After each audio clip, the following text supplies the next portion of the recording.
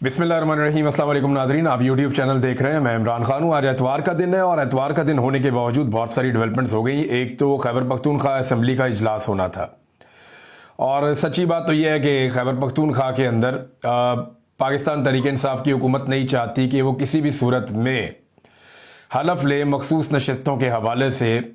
नए जो उम्मीदवार आ गए हैं या जो बाकी पॉलिटिकल पार्टीज की खवातीन आ रही हैं उनका हलफ लें। वजह यह है कि वो ये समझते हैं कि ये उनका अपना हक था, लेकिन मुझे ये फिक्स मैच टाइप लग रहा है। यानी ये ऑब्वियस था कि ये हलफ नहीं लेंगे और उसका तरीक़ाकार ये बनाया गया कि जब सारे इकट्ठे हुए तो एक हुकूमती रुकन ने खड़े होकर कह दिया कि जी यहाँ पे कोरम पूरा नहीं है। जब स्पीकर अंदर जा रहे थे इजलास के लिए तो तभी मीडिया को इस बात का पता था कि जब स्पीकर अंदर पहुंचेंगे तो कोरम की निशानदेही कर दी जाएगी और स्पीकर चंद दिनों के लिए इस इजलास को मुलतवी कर देंगे। और इजलास मुलतवी होने की वजह से मखसूस नशस्तों वाले हलफ उठा नहीं सकेंगे और सेनेट के इलेक्शन में वोट डाल नहीं सकेंगे। जब हलफ नहीं उठाएंगे तो वोट नहीं डालेंगे। लेकिन एक तरफ पाकिस्तान तहरीक इंसाफ की ये सियासत है और उनकी अपनी सोच है, दूसरी तरफ हुकूमत की भी अपनी सियासत है और उनकी अपनी सोच है। लेकिन इंटरेस्टिंग बात यह है कि हुकूमत को इस वक्त अदालत की सपोर्ट भी हासिल है, इलेक्शन कमीशन की सपोर्ट भी हासिल है और मिलिट्री एस्टेब्लिशमेंट की सपोर्ट भी हासिल है सबसे बढ़ के। लिहाजा उनका अगर सियासी दाव कमज़ोर भी होता है फिर भी लग जाता है। वजह यह है कि पीछे बूस्टर बड़ा ज़बरदस्त लगा हुआ है कि एक मिलिट्री एस्टेब्लिशमेंट की सपोर्ट है, अदलिया की सपोर्ट है, इलेक्शन कमीशन जो है वो उनके घर की लॉन्डी बना हुआ है, तो वो सारी चीज़ें उन्हें मिल जाती हैं।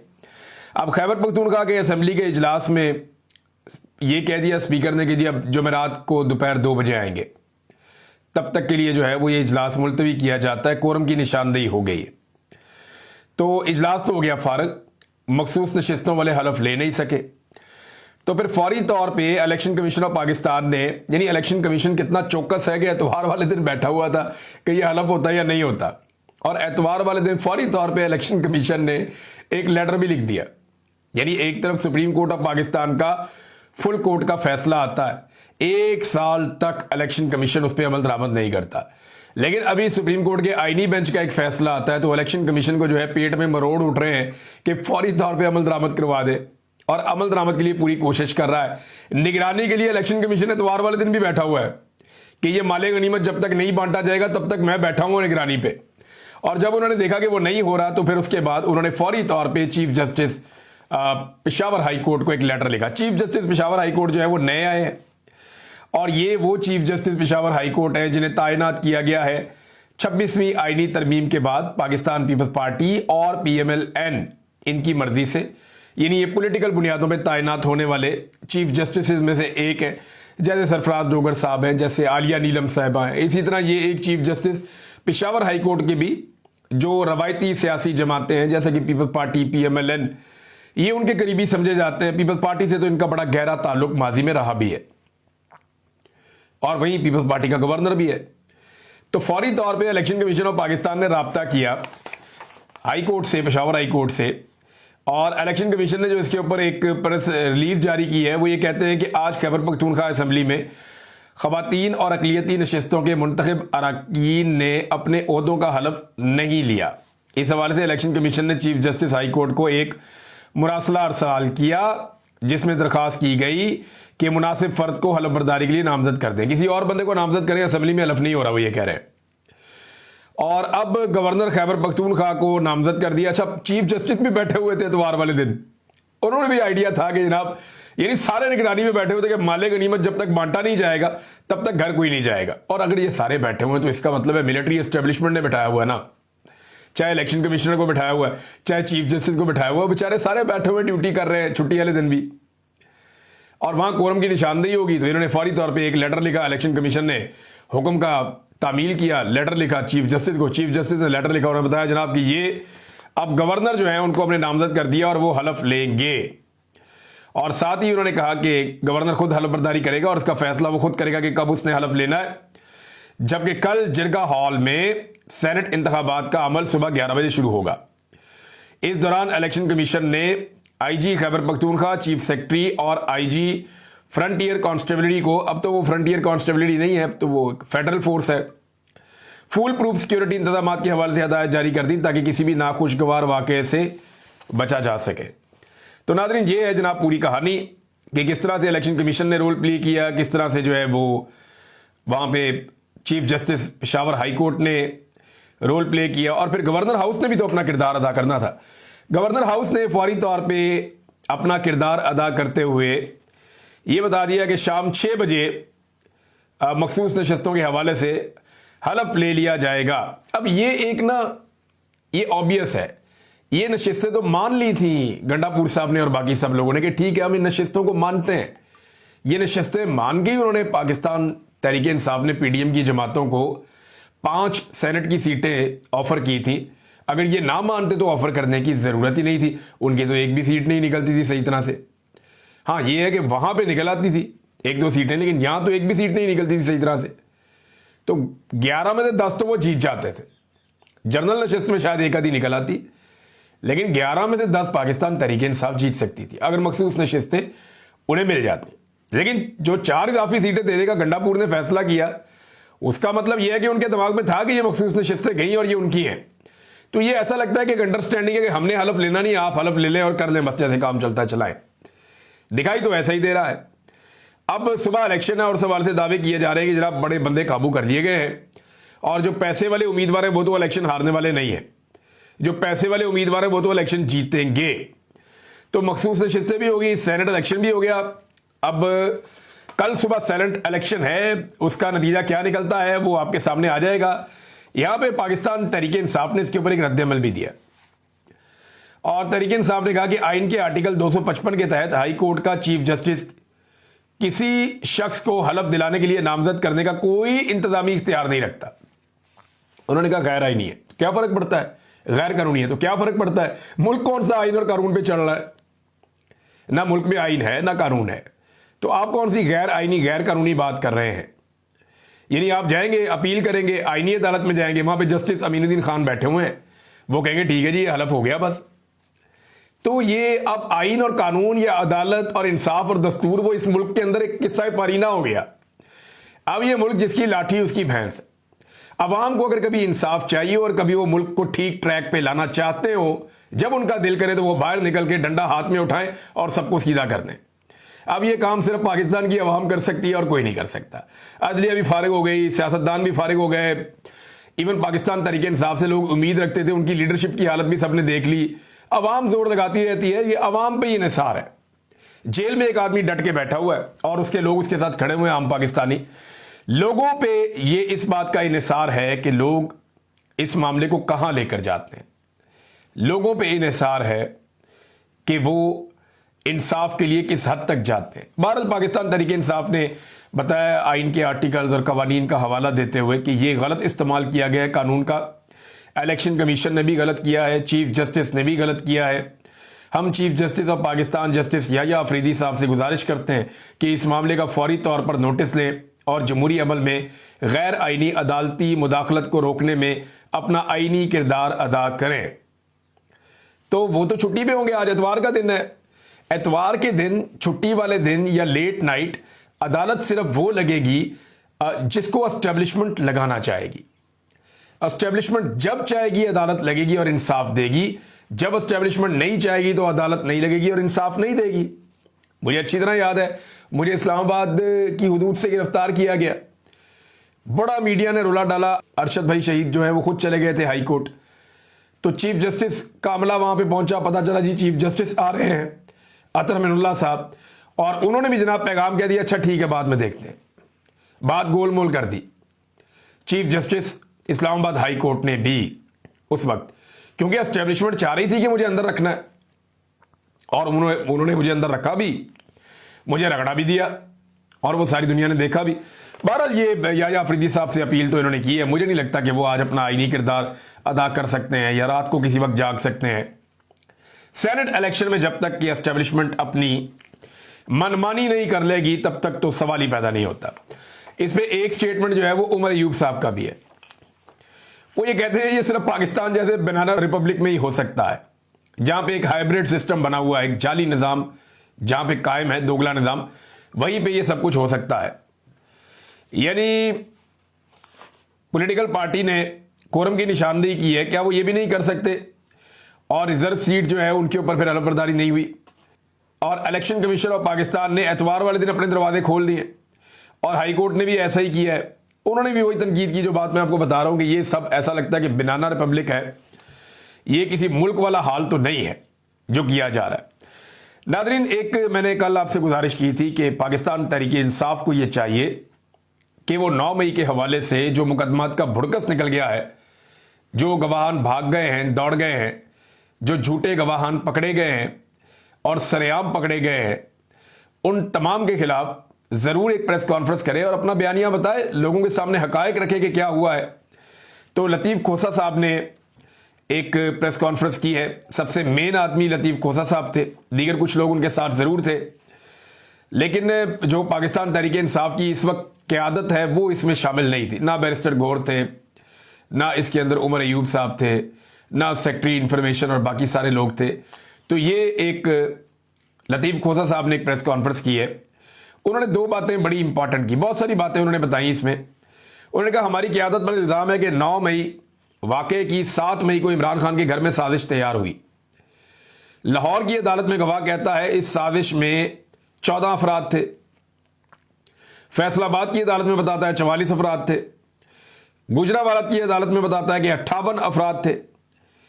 काश ये केस लाइव स्ट्रीम होता तो पूरी कौम देखती कि कैसे झूठ के पुलंदे खोले जा रहे हैं। कानून के मुताबिक एक वकुआ की एक एफआईआर हो सकती है, यहां दर्जनों एफआईआर हुई हैं। हमने इस हवाले से केस किया हुआ है जो हाई कोर्ट में पेंडिंग है। 6 महीने से समाअत नहीं हो रही क्योंकि 26वीं तरमीम के जरिए अदालतें उनके ताबे हो चुकी हैं। इसके अलावा उन्होंने कहा 9 मई से लेकर 12 मई तक इमरान खान सरकारी तहवील में थे। सुप्रीम कोर्ट ने इमरान खान के गिरफ्तारी को गैर कानूनी करार देते हुए मुलव्वस अफराद के खिलाफ कार्रवाई का हुक्म दिया था। यानी रेंजर्स ने जाके गिरफ्तार किया था, जो लोग इसके लिए जिम्मेदार हैं। सुप्रीम कोर्ट ने कहा था इनके खिलाफ कार्रवाई की जाए क्योंकि इस आदमी की गिरफ्तारी से पूरे मुल्क के अंदर क्या हालात पैदा हो गए हैं। तो कार्रवाई का हुक्म दिया था। आज तक उनके खिलाफ कोई कार्रवाई नहीं हुई, जबकि इमरान खान के खिलाफ सैकड़ों केसेस बना दिए गए हैं। यह भी लतीफ़ खोसा साहब ने कहा। नादरीन, एक और अफसोसनाक वाकया हुआ है। बलूचिस्तान से जो खवातीन एहतजाज करने के लिए आई हैं, उनका बार बार रास्ता रोका जाता है। इस्लामाबाद पुलिस की जानिब से खारदार तारे लगा दी गई हैं। एक मरतबा फिर हमें हरासा किया जा रहा है। ये नादिया बलोच साहबा ने रिपोर्ट किया। प्रेस क्लब की तरफ बढ़ने और एहतजाज करने के लिए हमें नहीं छोड़ा जा रहा। इस्लामाबाद पुलिस हमारे साथ मुजरिमों और दुश्मनों जैसा बर्ताव रख रही है। क्या बलूचिस्तान से इस्लामाबाद आना और पुरअमन एहतजाज करना जुर्म है?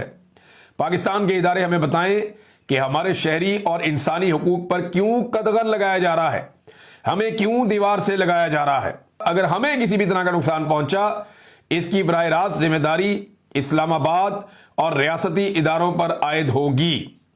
बलोच कौम और मीडिया से अपील करते हैं कि इस्लामाबाद पुलिस की जानिब से हमारे साथ होने वाले जानवरों जैसे सलूक के खिलाफ आवाज उठाएं। वैसे यह आवाज सिर्फ बलोचों का हक नहीं है, पूरे पाकिस्तान को यह आवाज उठानी चाहिए कि वो बहनें और बेटियां हैं, वो पाकिस्तान की इज्जत हैं। वो अगर आई हैं एहतजाज करने के लिए तो मुंह उठा के तो नहीं आ गए। वो लोग कोई तकलीफ है तो आए हैं ना। उनके अपने प्यारे लोग जो हैं वो जबरी तौर पे लापता हैं और वो उन्हें ढूंढते फिर रहे हैं, बगैर किसी कानून के, बगैर किसी दस्तूर के, बगैर किसी कायदे के नाइंसाफी करते हुए उनके प्यारों को लापता कर दिया गया है जबरी तौर पे। वो उन्हें ढूंढते फिर रहे हैं, किसी अदालत में उन्हें पेश नहीं किया जाता, कोई मुकदमा उनके ऊपर डाला नहीं जाता। तो ये जो तकलीफ है ये उनको इस्लामाबाद तक लेकर आती है। वो गरीब लोग हैं बेचारे, किस तरह पैसे इकट्ठे करते हैं, किससे मांगते हैं, किस तरीके से अपना वो कमेटियां डालते हैं, जैसे भी करके वो पहुंचते हैं बड़ी मुश्किल से बसों वैगनों में बैठ के। कोई उनके पास बहुत बड़ी बड़ी जायदादें नहीं है, वो गरीब सूबा है, वहां के गरीब लोग हैं और जो लोग उठाए गए हैं वो भी इंतहाई गरीब लोग हैं। लिहाजा वो इंसाफ मांगने आए हैं। पूरे पाकिस्तान को उनके लिए आवाज उठानी चाहिए। आप आवाज नहीं उठाएंगे, कल को यही कुछ आपके साथ भी हो सकता है और ये डेफिनेटली होगा। जब आप आवाज नहीं उठाएंगे ये आग आपके दरवाजे तक पहुंचेगी। पाकिस्तान तहरीक इंसाफ ने एक और फैसला किया नाज़रीन, और वो ये है कि जो झूठे गवाहान हैं उनके खिलाफ वो कहते हैं जी अब हम कार्रवाई भी करेंगे, हम ऐसे नहीं छोड़ेंगे। इन झूठे गवाहान को कानून के कटहरे के अंदर लेकर आएंगे। इन्होंने जहां जहां झूठ बोला, जो जो चीजें गलत की, हम इनके खिलाफ डिपार्टमेंटल कार्रवाइयां भी करवाएंगे और इनके खिलाफ अदालती कार्रवाइयां भी करेंगे। ये पाकिस्तान तहरीक इंसाफ ने ऐलान किया है। खैबर पख्तूनख्वा में नाज़रीन दीर के इलाके में बहुत बड़ी तादाद में लोग निकल आए और लोगों ने निकलकर अमन मार्च किया है और ऑपरेशन के खिलाफ आवाज उठाई है। लोग खैबर पख्तूनख्वा में होने वाले ड्रोन हमलों और ऑपरेशन के लिए बनाई जाने वाली सूरत हाल के खिलाफ बार बार सड़कों पर आकर यह पैगाम दे रहे हैं कि वो किसी सूरत खैबर पख्तूनख्वा के किसी भी कबायली इलाके में या किसी भी सेटल्ड एरिया में कोई मिलिट्री ऑपरेशन किसी सूरत भी नहीं होने देंगे। लोग इस बात के ऊपर पूरी तरह से आमादा हैं और वो ये समझते हैं कि मिलिट्री ऑपरेशन उनके लिए सिर्फ तबाही लेकर आता है। अमन का कोई रास्ता उस मिलिट्री ऑपरेशन से नहीं निकलता पाकिस्तान की सरजमीन पर। तो अच्छा, मैं एक और चीज नोट कर रहा हूं कि पाकिस्तान तहरीके इंसाफ के सबसे बड़े इज्तिमात हुआ करते थे, लेकिन अब खैबर पख्तूनख्वा में जो बड़े इज्तिमात हैं वो अमन मार्च वालों के। उसमें क्योंकि सारी पॉलिटिकल पार्टीज शामिल होती है ना, पीटीआई भी होती है, एएनपी भी होती है, फजल रहमान साहब की पार्टी के लोग भी आते हैं, जमात इस्लामी के भी आते हैं, बाकी सारी पॉलिटिकल पार्टीज के लोग भी आते हैं। तो ये लोग बगैर किसी पॉलिटिकल एजेंडे के निकलते हैं एहतजाज करने के लिए। एक पॉलिटिकल पार्टी का एजेंडा नहीं होता। तो बहुत बड़ी तादाद में इकट्ठे होना शुरू हो गए हैं ऑपरेशन के खिलाफ। और पाकिस्तान तहरीक इंसाफ भी अपनी आहिस्ता आहिस्ता तहरीक को ऊपर कर रहे हैं, उठा रहे हैं। लाहौर में एतवार वाले दिन आपको पता है कि रैलीज निकलती हैं, हर एतवार को निकलती हैं। तो इस मरतबा जो है वो गैर मामूली सूरत हाल हमने देखी है लाहौर में। यानी गैर मामूली जो है वो एहतजाजी रैली पाकिस्तान तहरीक इंसाफ की निकली है और छोटी रैलीज भी बहुत सारी निकली हैं लाहौर में। और इसमें सनम जावेद बड़ा इंपॉर्टेंट रोल प्ले करती हैं और दीगर बहुत सारे लोग हैं। अब्बाद फारूक ने आज एक जगह पे रैली निकाली है, कुछ और लोगों ने रैलीज निकाली हैं अपने अपने इलाकों में। तो ये लाहौर गैर मामूली तौर पे बाहर आ रहा है और ये बार बार इस बात का ऐलान कर रहा है कि नवाज शरीफ के लिए अब लाहौर के दिल में कोई गुंजाइश नहीं है। और वैसे भी नवाज शरीफ को और उनके पूरे खानदान को उखाड़ के फेंक दिया था लाहौर ने 8 फरवरी 2024 को। वो ज़बरदस्ती यहाँ पे अपना किला बांध के मुसल्लत हुए हैं जूते पॉलिश करके। अदरवाइज उनके लिए लाहौर में अब कोई गुंजाइश लाहौरियों ने छोड़ी नहीं थी कि वो यहाँ पे सियासत करते। नादरीन, एक खबर मैं पढ़ रहा था, ये बहुत अजीब 2-3 खबरें आई हैं, मैं आपके सामने रख देता हूँ। एक तो ये है कि जजों के बर्तनों में खाना खाने पर जो है वो मुलाजमीन को फारिग कर दिया गया। बड़ी हैरान कुन खबर है, ये अखबारात के अंदर भी छपी हुई है कि मुअज़्ज़िज़ जजेस के लिए मुख्तस बर्तनों में खाना खाने पर जो जजेस का रेस्ट हाउस है गालिबन जीओआर में है ये, वहाँ जो छोटे मुलाजमीन हैं उनके खिलाफ कार्रवाई कर दी गई है कि जनाब ये बर्तन तो जज साहब का था, इसमें खाना क्यों खा लिया। तो 4 मुलाजमीन ने जजेस के बर्तनों में खाना खाया, जिस पर लाहौर हाई कोर्ट के अंदर इंक्वायरी करवाई गई। 3 मुलाजमीन को जो है वो एक वार्निंग टाइप की दे दी गई है, उनके अमल को नापसंदीदा करार दिया गया या उनके ऊपर हल्का पुल्का एक्शन लिया गया, जिसको शोकाज टाइप का कहते हैं। जबकि एक जो है वो क्रिश्चियन वेटर थे वहां पे, उनको मिसकंडक्ट का इल्जाम पर बरतरफी का शोकाज जारी कर दिया गया। उनके लिए जरा सख्त क्राइटेरिया रखा गया क्योंकि वो क्रिश्चियन थे, ऐसा लगता है। ये बड़ा अफसोसनाक है, बड़ी अफसोसनाक खबर है। एक तो अमीर और गरीब की, बड़े और छोटे की यहाँ पे एक बहुत बड़ी तफरीक पैदा की गई। दूसरा फिर फर्दर जो है उसके अंदर जो क्रिश्चियन कम्युनिटी का हमारा एक दोस्त वहाँ पे काम करता है, उसके साथ सलूक थोड़ा अलग किया गया। इस खबर के मुताबिक मैंने किस्मत खान साहब का जो अकाउंट है वहाँ से ये खबर पढ़ के सुनाई, इस पर मुझे बहुत अफसोस हुआ। एक और इंतहाई अफसोसनाक खबर है, पसंद की शादी किए जाने पर खातून को गोलियां मारकर कत्ल किया गया है। इस हवाले से अभी मुसद्दका इतलात नहीं आ रही, लेकिन बहुत सारी खबरें हमारे पास मौजूद हैं। और ये एक वीडियो है जो अब वायरल हुई है। बलूचिस्तान में पसंद की शादी करने वाले जोड़े को सरेआम गोलियां मारकर कत्ल कर दिया गया है और ये वायरल हो गई है वीडियो। वज़ीर आला जो है बलूचिस्तान के, वो आजकल बरतानिया में है अपने बच्चों के पास, लेकिन उन्होंने वहीं से नोटिस लिया है और ये कहा कि मुल्जिमान को गिरफ्तार किया जाए। इसके वाक़े का ये नहीं पता कि ये वाक़या है कब का, लेकिन ये कंफर्म है जो ज़बान वो लोग बोल रहे हैं वो बलूचिस्तान की है और ये लोग रहने वाले बलूचिस्तान के ही हैं। इसमें जो वहाँ जर्नलिस्ट हैं मकामी, उन्होंने भी कंफर्म किया कि ये बलूचिस्तान का इलाका है, बलूचिस्तान के ही लोग बज़ाहिर ये नज़र आ रहे हैं वीडियोज़ में। लोग इकट्ठे होकर आते हैं, पगड़ियाँ पहनी हुई हैं, टोपियाँ पहनी हुई हैं, फैसला करते हैं, खातून को खड़ा करते हैं। वो पता नहीं कौन सी ये गैरत तो नहीं, बेगैरती लगती है मुझे। वो गोलियां मार दी उसको, लड़की को, सिर्फ इसलिए कि उसने पसंद की शादी की थी। ये इंतहाई अफसोसनाक है, बहुत बड़ा जुल्म है। इसकी जितनी मजम्मत की जाए उतनी कम है। बहुत ही तकलीफदेह वाक़या है, बहुत ही तकलीफदेह वाक़या है और तमाम उलमा इकराम को इसकी मजम्मत करनी चाहिए। तमाम जितने भी मकातब फ़िक्र के लोग हैं उन सबको इसकी मजम्मत करनी चाहिए। इस्लाम में पसंद की शादी का इस्लाम आपको हक देता है, और ये कोई तरीका नहीं है कि आप सरेआम लोगों को ऐसे गोलियां मार दें। ये तो बिल्कुल एक रियासत की रिट ऐसे चैलेंज होती है। यहां पे रियासत को अपनी अमलदारी शो करनी चाहिए। एक और नादरीन खबर है, बल्कि दो खबरों का एक मिलाप है, मैं दोनों आपके सामने रख देता हूं, आप भी जरा देखें इस हुकूमत का विजन। सर आपका विजन है, याद है ना वो कहा था उसने। और ये टिकटॉकर जो हुकूमत है ये फिर ऐसे ही काम करती है ना। वजीर आजम ने टॉपर तलबा को, जो टॉप करेंगे तलबा, बेहतरीन तालीमी कारकर्दगी दिखाएंगे, उनको इलेक्ट्रिक रिक्शे और लोडर फराहम करने का ऐलान कर दिया कि आप आला तालीम हासिल करने के बाद लोडर रिक्शा चलाएंगे। आप सामान उठाएं, उठाकर रिक्शे में रखें और फिर आप सामान लेकर डिलीवर करें।